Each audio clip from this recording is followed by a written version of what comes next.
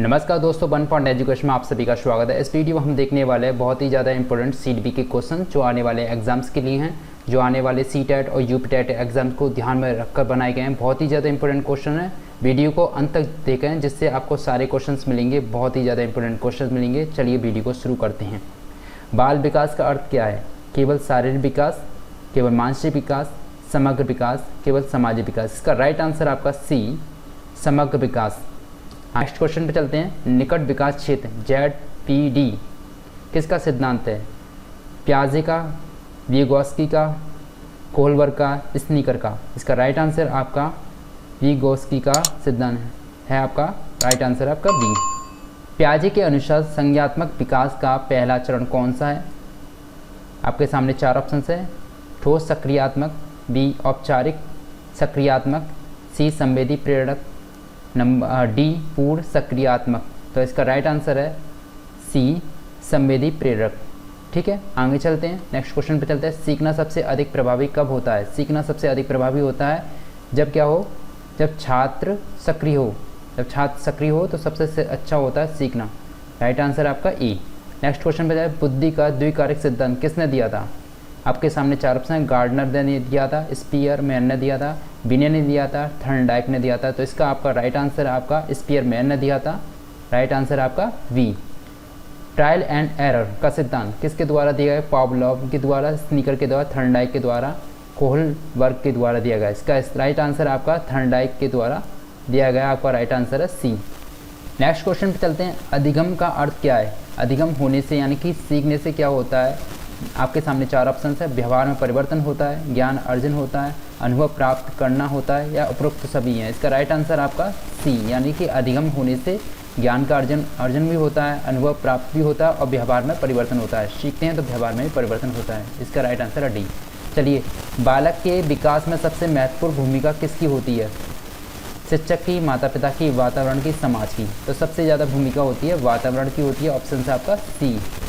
चलिए आगे चलते हैं। नेक्स्ट क्वेश्चन में रेनफोर्समेंट का संबंध किससे है? ऑप्शन से आपके सामने चार ऑप्शन है। प्याजे, स्नीकर, कोहलबर्ग, फ्रायड। इसका राइट आंसर आपका स्नीकर के द्वारा। राइट आंसर आपका बी। बहुबुद्धि सिद्धांत किसने दिया था? बहुबुद्धि सिद्धांत किस आपके सामने चार ऑप्शन है। गार्डनर, स्पीयरमैन, बिने, प्याजे। तो इसका राइट आंसर आपका गार्डनर के द्वारा दिया गया था बहुबुद्धि सिद्धांत। व्यक्तिगत भिन्नता का अर्थ क्या है? यानी कि व्यक्तिगत भिन्नता का अर्थ है सभी छात्र समान होते हैं, सभी छात्र समान होते हैं, छात्र अलग अलग होते हैं, केवल बुद्धि का अंतर है, केवल शारीरिक अंतर है। तो इसका राइट आंसर है आपका बी, छात्र अलग अलग होते हैं। ठीक है, व्यक्तिगत भिन्नता में छात्र अलग अलग हैं, इसलिए क्या है? व्यक्तिगत भिन्नता है। लर्निंग बाय डूइंग किसका सिद्धांत है? लर्निंग बाय डूइंग किसका सिद्धांत है? आपके सामने चार ऑप्शन है। जॉन डेवी का, प्याजे का, स्नीकर का, कोहलबर्ग का। राइट आंसर आपका जॉन डेवी का सिद्धांत है लर्निंग बाय डूइंग। आगे चलते हैं। संज्ञात्मक विकास किससे संबंधित है? संज्ञात्मक विकास किससे संबंधित है? सोचने की क्षमता, शारीरिक वृद्धि, भावनाएं और सामाजिक व्यवहार। तो किससे संबंधित संज्ञात्मक विकास? सोचने की क्षमता से। राइट आंसर आपका ए। प्रेरणा का मुख्य उद्देश्य, प्रेरणा का मुख्य उद्देश्य। ऑप्शन है चार। सजा देना, सीखने के लिए प्रेरित करना, परीक्षा लेना, अनुशासन रखना। तो इसका राइट आंसर आपका बी, सीखने के लिए प्रेरित करना प्रेरणा का मुख्य उद्देश्य होता है। विकास का सिद्धांत, हेड टू टो का सिद्धांत, सिर से पैर तक का सिद्धांत जो है, आपके सामने चार ऑप्शन है। प्रॉक्सी मॉडल है, सेफलोकॉर्डल है, मैचुरेशन है, ग्रोथ है। इसका राइट आंसर है आपका राइट आंसर आपका सी, सेफलोकॉर्डल। ठीक है, आगे चलते हैं। नेक्स्ट क्वेश्चन पर चलते हैं। प्रॉक्सीमोडिस्टल का अर्थ है सिर से पैर तक, केंद्र से बाहर की ओर, बाहर से केंद्र की ओर, ऊपर से नीचे। तो इसका राइट आंसर है केंद्र से बाहर की ओर। आगे चलते हैं। कोहलबर्ग का सिद्धांत किससे संबंधित है? कोहलबर्ग का सिद्धांत किससे संबंधित है? भाषा का विकास, शारीरिक विकास, नैतिक विकास, सामाजिक विकास। तो आपके सामने चार ऑप्शन से राइट आंसर आपका नैतिक विकास का संबंध है कोहलबर्ग के सिद्धांत से। ठीक है, नेक्स्ट क्वेश्चन में चलते हैं। इसके फोल्डिंग का संबंध किससे संबंधित है? इसके सामने आपके सामने चार ऑप्शन है, प्याजे, वाइगोस्की, स्नीकर, फ्राइड। तो इसका सही आंसर आपका बी, ये गोस्की का सिद्धांत है। इसको अधिगम को प्रभावित करने वाला कारक नहीं है, अधिगम को प्रभावित करने वाला कारक नहीं है। रुचि, प्रेरणा, आयु, कपड़े। तो इसमें से क्या नहीं है, डिफरेंट है, अलग कपड़े। नेक्स्ट क्वेश्चन पे चलते हैं। आईक्यू का पूर्ण रूप क्या है? आईक्यू का पूर्ण रूप है, आपके सामने चार ऑप्शन है, intelligent quality, intelligent question, internal quality, intellectual quality. इसका राइट आंसर है इंटेलिजेंट क्वेश्चन। आंसर है आपका वी। विकास और वृद्धि में क्या अंतर है? आपके सामने चार ऑप्शन है, दोनों समान है। वृद्धि मात्रात्मक है, विकास गुणात्मक है, विकास मात्रात्मक है, इनमें से कोई नहीं। इसका राइट आंसर आपका वृद्धि मात्रात्मक है, विकास गुणात्मक है। ठीक है, इसका राइट आंसर वी। चलिए आगे चलते हैं।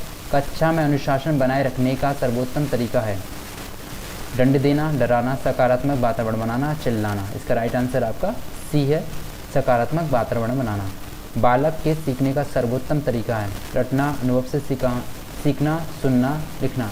तो इसका राइट आंसर आपका डी, अनुभव से सिखाना। भाषा विकास सबसे तेज़ी से किस अवस्था में होता है? किस अवस्था में होता है? शैशवावस्था में, किशोरावस्था में, प्रौढ़ावस्था में, वृद्धावस्था में। इसका राइट आंसर आपका ए, शैशवावस्था में होता है। शैशवावस्था में भाषा का विकास सबसे तेज़ी से होता है। कंस्ट्रक्टिज्म का संबंध किससे है? कंस्ट्रक्टिज्म का संबंध किससे है? शिक्षक केंद्रित शिक्षा से, छात्र केंद्रित शिक्षा से, केवल परीक्षा से, अनुशासन से। इसका राइट आंसर होगा छात्र केंद्रित शिक्षा से, बी इसका राइट आंसर है। आगे चलते हैं। सीखने का सबसे अच्छा वातावरण है? डर वाला, चुप्पी वाला, कठोर वाला, स्वतंत्र और सहयोगी वाला। इसका राइट आंसर आपका बी, स्वतंत्र और सहयोगी वातावरण सीखने का सबसे अच्छा वातावरण है। आगे चलते हैं। मैच्योरेशन का अर्थ होता है? मैच्योरेशन का अर्थ क्या होता है? सीखना, प्राकृतिक विकास, अनुभव, शिक्षा। इसका राइट आंसर है प्राकृतिक विकास यानी परिपक्वता। कक्षा में विविधता का सम्मान क्यों जरूरी है? कक्षा में विविधता का सम्मान क्यों जरूरी है? सभी समान हैं, अलग अलग ज़रूरतें होती हैं, नियम के लिए, शिक्षा के लिए। इसका राइट आंसर आपका अलग अलग ज़रूरत होती हैं। ठीक है, राइट आंसर आपका बी। मूल्यांकन का मुख्य उद्देश्य क्या है? मूल्यांकन का अंक देना, तुलना करना, सुधार करना, दंड देना। इसका राइट आंसर आपका मूल्यांकन का उद्देश्य होता है सुधार करना। ठीक है, आगे चलते हैं। बाल केंद्रित शिक्षा का मुख्य विचार है? बाल केंद्रित शिक्षा का मुख्य विचार है, आपके सामने चार ऑप्शन है। शिक्षक महत्वपूर्ण है, छात्र महत्वपूर्ण है, किताब महत्वपूर्ण है, परीक्षा महत्वपूर्ण है। तो क्या इसमें बाल केंद्रित है? छात्र महत्वपूर्ण है। अगर आपको वीडियो अच्छी लग रही है तो वीडियो को लाइक करें, चैनल को सब्सक्राइब करें। इसी तरह की वीडियो आपको मिलती रहेंगी। पूरे हम CTET, UPTET की सारी वीडियो अपलोड करेंगे जो इससे एग्ज़ाम से रिलेटेड है।